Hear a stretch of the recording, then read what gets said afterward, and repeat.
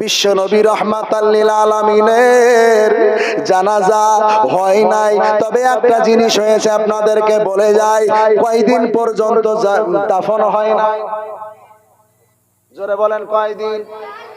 কয়দিন? 4 দিন? হ্যাঁ 7 দিন? কয়দিন গো? কে বলবে কয়দিন ছিল?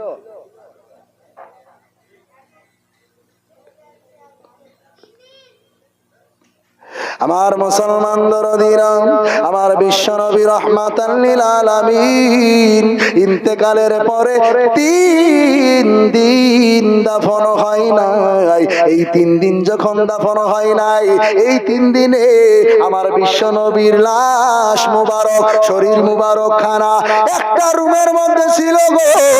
ওই জায়গায় সাহাবায়ে কেরামরা